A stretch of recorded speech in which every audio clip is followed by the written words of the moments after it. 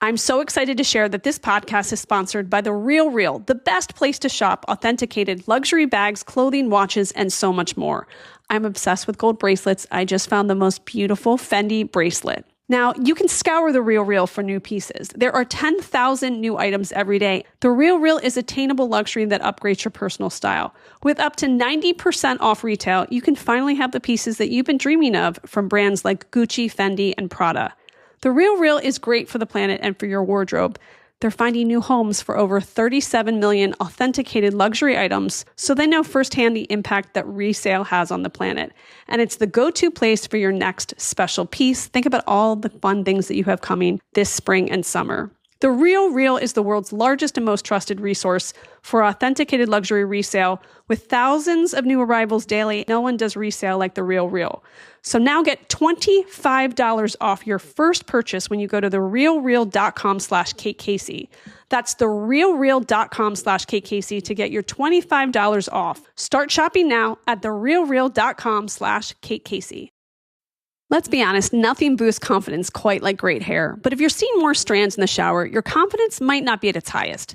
That's why you need Hers Hair. Hers Hair treatments are made with doctor-trusted prescription ingredients that many other hair products out there just don't have. They come in a variety of options, including oral and topical solutions, so you can find the one that works for you. Getting started is simple with a quick online hair quiz. Just answer some questions and you will be connected with a provider to discuss your personalized treatment plan. Through Hers, everything is 100% online, so no pharmacy trips, doctor's office visits, or insurance required, and plus, treatments start at just $35 a month. And the best part, you can get thicker, fuller, healthier hair and start seeing regrowth in as little as 3 to 6 months. Start your initial free online visit today at forhers.com/KateCasey. That's FORHERS.com/KateCasey for your personalized hair loss treatment options. forhers.com/KateCasey. Individual results may vary. Compounded products are not FDA approved or verified for safety, effectiveness, or quality. Prescription required. Price varies based on product and subscription plan. See website for full details, restrictions, and important safety information. The amazing Kate Casey. Welcome back for another episode of Reality Life with Kate Casey. I hope that you had a great week. And for this episode, I have a fantastic documentary that I want you to watch. It premieres today on Netflix. It is called A Deadly American Marriage. This is directed by Jessica Burgess and Jenny Popplewell, and it investigates the 2015 death of Irishman Jason Corbett, who was bludgeoned to death with a baseball bat and a concrete brick while he slept in his North Carolina home. His wife, Molly Martens, and her father, former FBI agent Thomas, were convicted of second-degree murder, but later had their convictions overturned in 2023. They accepted a plea deal for voluntary manslaughter and were released from prison in 2024. I first heard about this story when it aired on August 17th, 2019 on 48 Hours, and it's a case that I've thought about often over the years. The question of whether Jason Corbett was an abuser is central to this complex and contentious case surrounding his death. Jason was born and raised in Limerick, Ireland, an historic and culturally rich city located in the Midwest of the country, along the banks of the River Shannon. It's the third largest city in the Republic of Ireland. He grew up in Janesboro, a suburb of Limerick City, as one of 8 children to his parents, John and Rita Corbett. His family and friends in Limerick described him as a true Limerickman, reflecting his deep roots and strong connections to his hometown. He married Margaret Mags Fitzpatrick Corbett, and they had 2 children, Jack and Sarah. A few months after Sarah was born, Mags tragically passed away on November 21st, 2006, at the age of 39. She had a long history of asthma and had been hospitalized and used a home nebulizer. On the night she died, she used both her inhalers and the nebulizer, but they weren't helping. Jason called an ambulance and attempted to revive her before meeting the paramedics on the way to the hospital. She was declared dead at 2 a.m. on November 21st of that year. After the sudden death of his first wife, Mags, Jason continued to live in Limerick with his 2 children. In 2008, Jason hired Molly, a 24-year-old from Knoxville, Tennessee, to work as a live-in nanny for the 2 children. And their relationship developed quickly, and they married in 2011. Molly was one of 4 children, the only daughter in a family described as affluent and socially prominent. Her father, Thomas, as mentioned, was a former FBI agent. She attended Clemson University, but dropped out due to a bout of mononucleosis. And then she took community college classes and worked various entry-level jobs. She experienced a miscarriage and became engaged to her then-boyfriend, Keith. Their relationship, however, ended abruptly when Molly moved to Ireland. Following their marriage, Jason, Molly, and the children relocated to Lexington, North Carolina. Molly had expressed feelings of homesickness and a desire to be closer to her family. They moved into a house at Panthers Creek Court in Walberg. On August 2nd, 2015, David, who was the Corbett's next-door neighbor, described to the court how he and Jason had mowed their lawns on the day before he died, before they sat down together to drink some beer around 3:30 p.m. Their wives joined them an hour later, and they continued drinking until about 8 p.m. when Molly's parents surprisingly arrived for a weekend visit. David said Jason had consumed 7 beers, was in good humor, and did not appear to be drunk when they parted company. Toxicology testing on Jason's dead body would later record a blood alcohol level of 20 milligrams of alcohol per 100 milliliters of blood, which was a quarter of the drink driving limit for North Carolina. On August 2nd, 2015, Thomas Martens placed a 911 call to emergency services at 3 a.m. to inform them that his son-in-law Jason was badly injured. Thomas told the dispatcher that he had intervened in a fight between Jason and his daughter, and he may have killed him. Police responders who arrived at the house at Panthers Creek Court found Jason unresponsive with serious head injuries, which would later prove fatal. Both Thomas and Molly gave statements to the officers at the scene, willingly and without attorneys present. Thomas reported that he had walked in on Jason, strangling Molly and saying, "I'm going to kill her." According to court documents and investigative reports, Sharon, Molly's mother and Thomas's wife, was staying in the basement of the house when this violent altercation occurred between her daughter and son-in-law Jason upstairs. After the incident, when law enforcement arrived at the scene, they found Sharon upstairs with her grandchildren, who had been brought back to the house by Thomas earlier that evening. She didn't leave the room to check on her husband or her daughter during the emergency response. And investigators later noted that Sharon's behavior during the aftermath of the incident was unusual, as she did not attempt to assist or seek help for family members. The crime scene revealed a violent and chaotic struggle. He had been bludgeoned to death with a baseball bat and a concrete brick in that upstairs master bedroom of that North Carolina home. Investigators found extensive blood splatter throughout the room, hallway, and bathroom, indicating a sustained series of blows. There were key pieces of physical evidence, which included the baseball bat and the brick, both stained with blood, found in the bedroom, blood spatter on the walls and floor, suggesting he was struck while on the ground, Molly's shirt and boxer shorts, which had blood stains, though they were not tested, a small red mark on Molly's neck, which she claimed was from being choked by Jason. A few hours after Jason died, Thomas claimed that he had been staying at the house when he was awoken by the sound of a disturbance in the master bedroom. He grabbed a child's baseball bat and rushed to the bedroom, where he allegedly saw Jason strangling his daughter Molly in their dark bedroom. After a struggle on the floor between the two men, Molly hit Jason over the head with the paving stone, after which Tom then hit Jason with the baseball bat several times. Molly stated that there was a history of domestic violence in their marriage that resulted in her seeking medical assistance on several occasions. Evidence to support this claim was presented in her 2023 sentence hearing. Molly had accused her husband of being a heavy drinker and that he was drunk when the fatal incident occurred a few hours earlier. On August 6, 2015, 4 days after his death, Jack and Sarah, his children, were interviewed by a social worker about their parents' relationship. Transcripts of their sessions recorded Sarah saying that he had anger management issues, while Jack claimed to have witnessed his father physically assaulting Molly on previous occasions.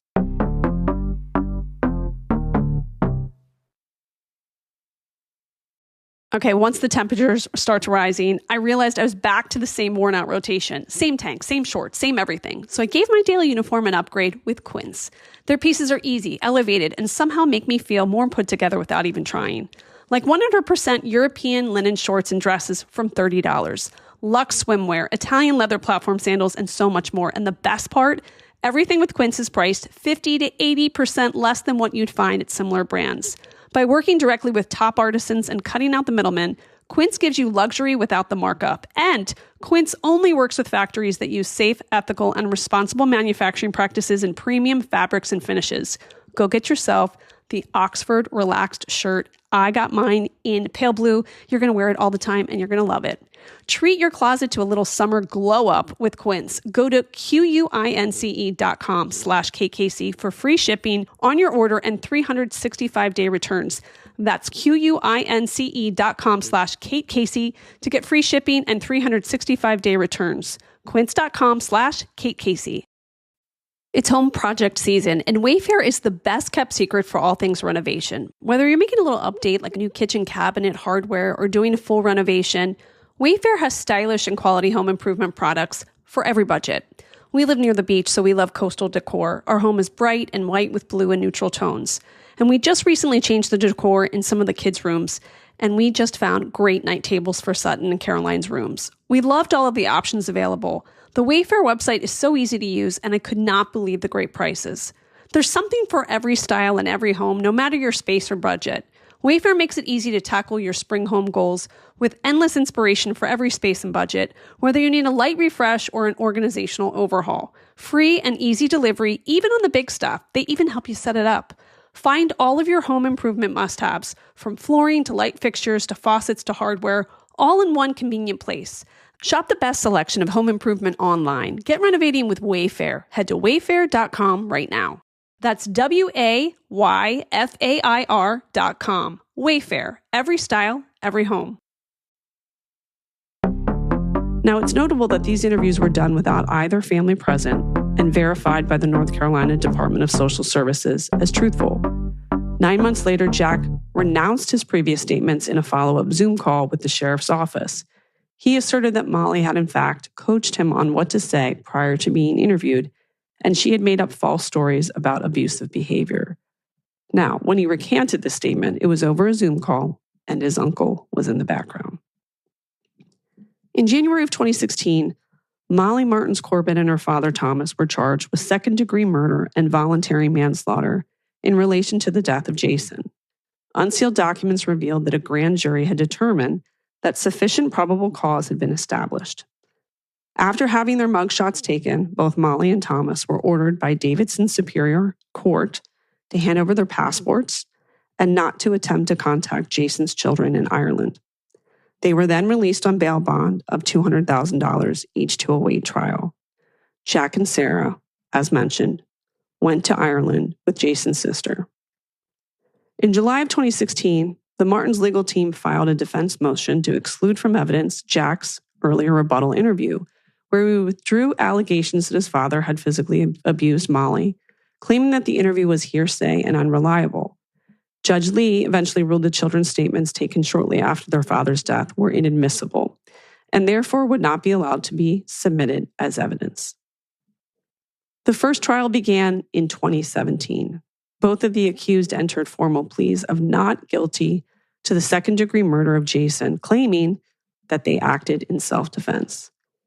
When offered the opportunity to take the stand in their own defense, Molly exercised her right to silence and declined to give evidence or to be cross-examined by the prosecution. Addressing the jury, Assistant DA Greg Brown asserted that Molly had ample motives to have her husband killed, highlighting how she would inherit the marital home and its contents, a $600,000 life insurance policy payout, and most importantly, the custody of the Corbett's children. On August 9, 2017, after less than 4 hours of jury deliberations, 67-year-old Thomas and his 33-year-old daughter Molly were unanimously found guilty of the second-degree murder of Jason. Both were then sentenced to a minimum of 20 years and a maximum of 25 years in prison as per the prosecution's recommendation.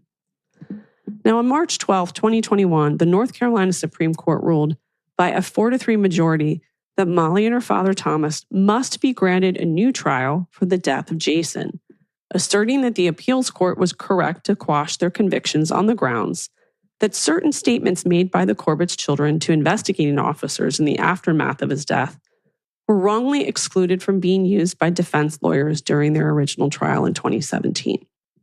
So, in October of 2023, Molly and Thomas both accepted plea bargains at the Davison County Superior Court to charges of Class D manslaughter, and in return for the district attorney agreeing to drop murder charges against them.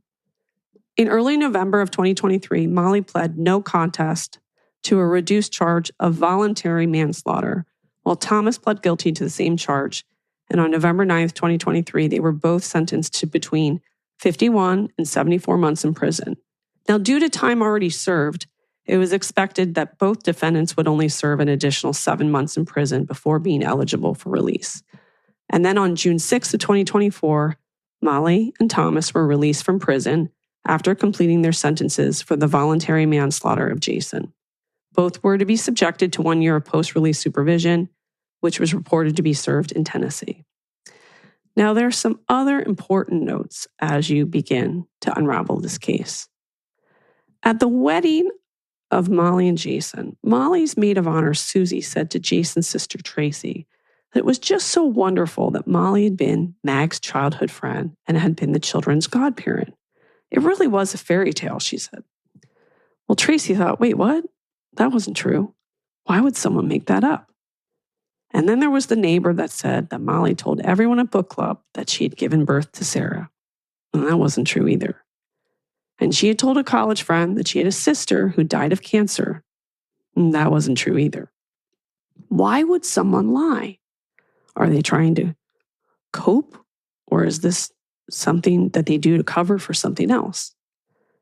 Under cross-examination from Assistant District Attorney Greg Brown, Thomas had admitted that he advised Molly to seek a divorce from Jason, commenting that Jason did not measure up to what he deemed as his daughter's standards. Martens also acknowledged he had never witnessed or had been told of any incidents of domestic violence involving Jason and his daughter before that night that Jason was killed. Or had he been abusing her, but she just kept it a secret? Molly's ex-boyfriend, Keith, described Molly as outgoing and fun-loving initially, but he noticed a significant change in her behavior over time, and he attributed this shift to her struggle with bipolar disorder and the effects of a bacterial infection she contracted while working as a nanny, which interfered with her medication. Could that have something to do with this? According to Jason's family, shortly after the relocation, Molly sought legal advice regarding her rights to Jason's children, which raised concerns among Jason's family about her intentions. In the years that followed, Jason became increasingly concerned about his relationship with Molly and her mental health, prompting him to consider returning to Ireland with his children. And he reportedly spoke to his children about moving back in the days before his tragic death in 2015. Jason's family believes that his plans to return to Ireland may have been a factor in the events leading to his death. They allege that Molly and her father, Thomas, may have been motivated to prevent him from leaving the United States with his children.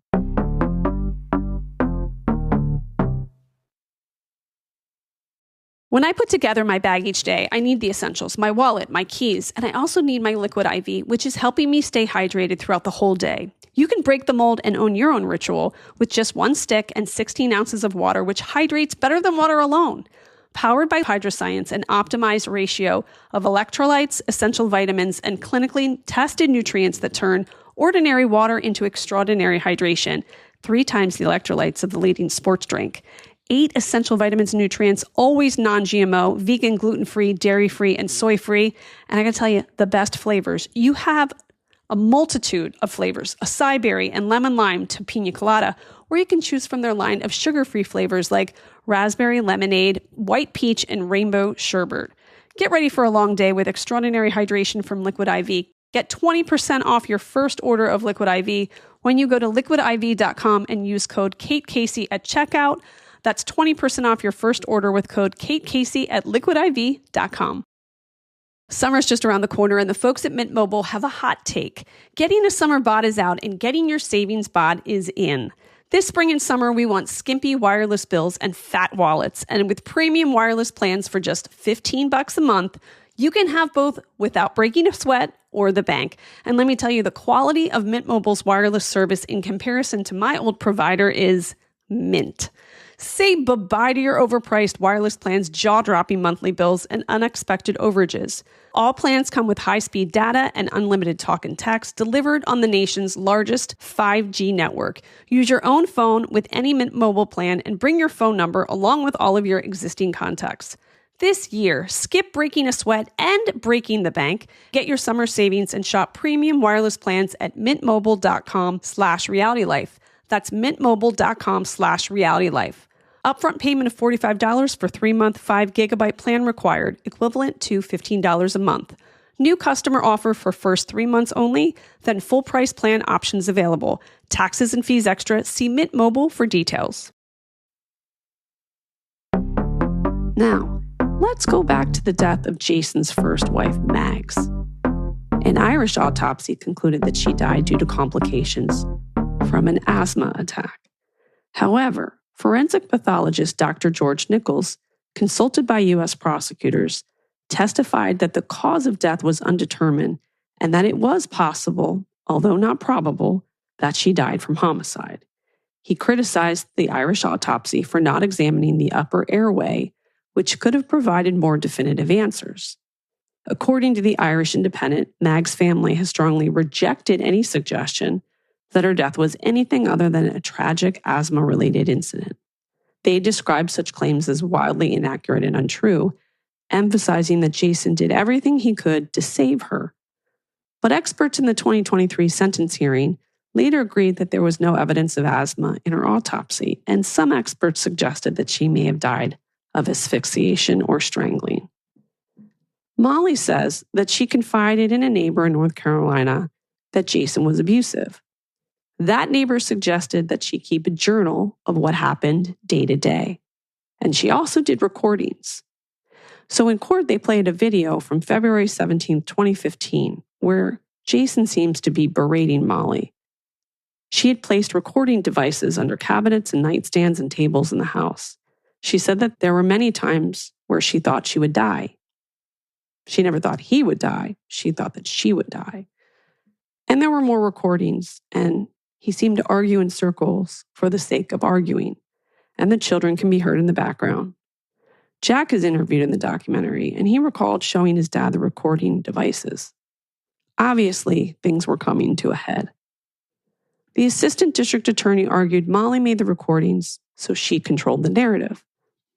But is that possible?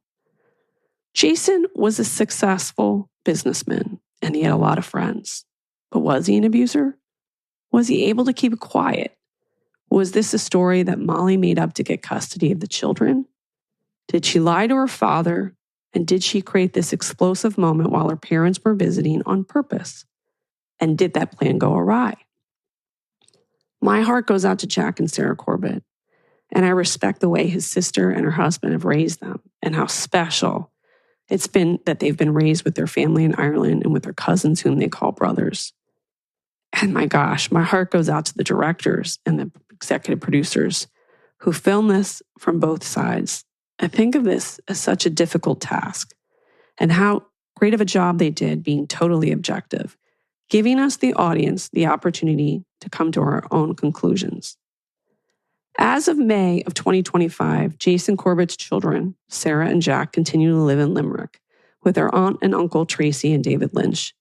They've been under the guardianship of the Lynches since the tragic events of 2015.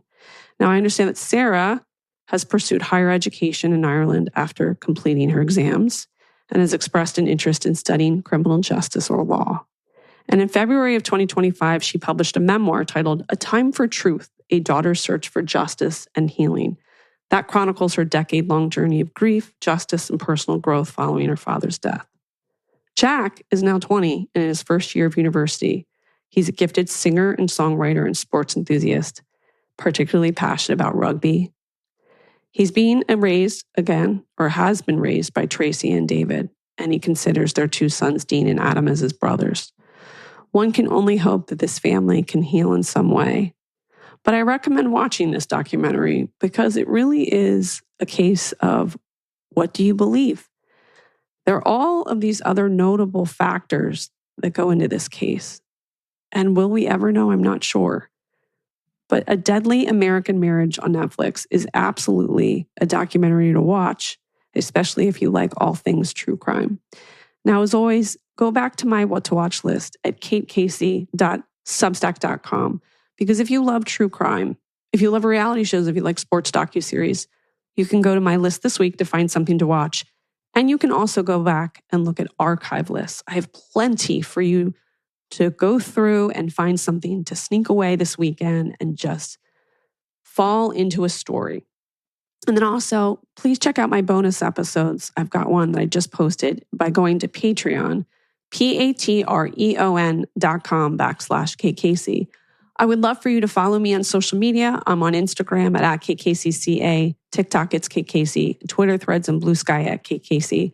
And then also make sure that you join the Facebook group, Reality Life with KCasey. I would love to know what you think about this case. I know that a lot of you are armchair forensic scientists, and I know how much all of you have had life experiences, and we tend to look through stories through our own personal lens. And I'm really interested to know what you make of this case. So again, A Deadly American Marriage, Netflix, premieres today. Check back tomorrow for an all-new episode.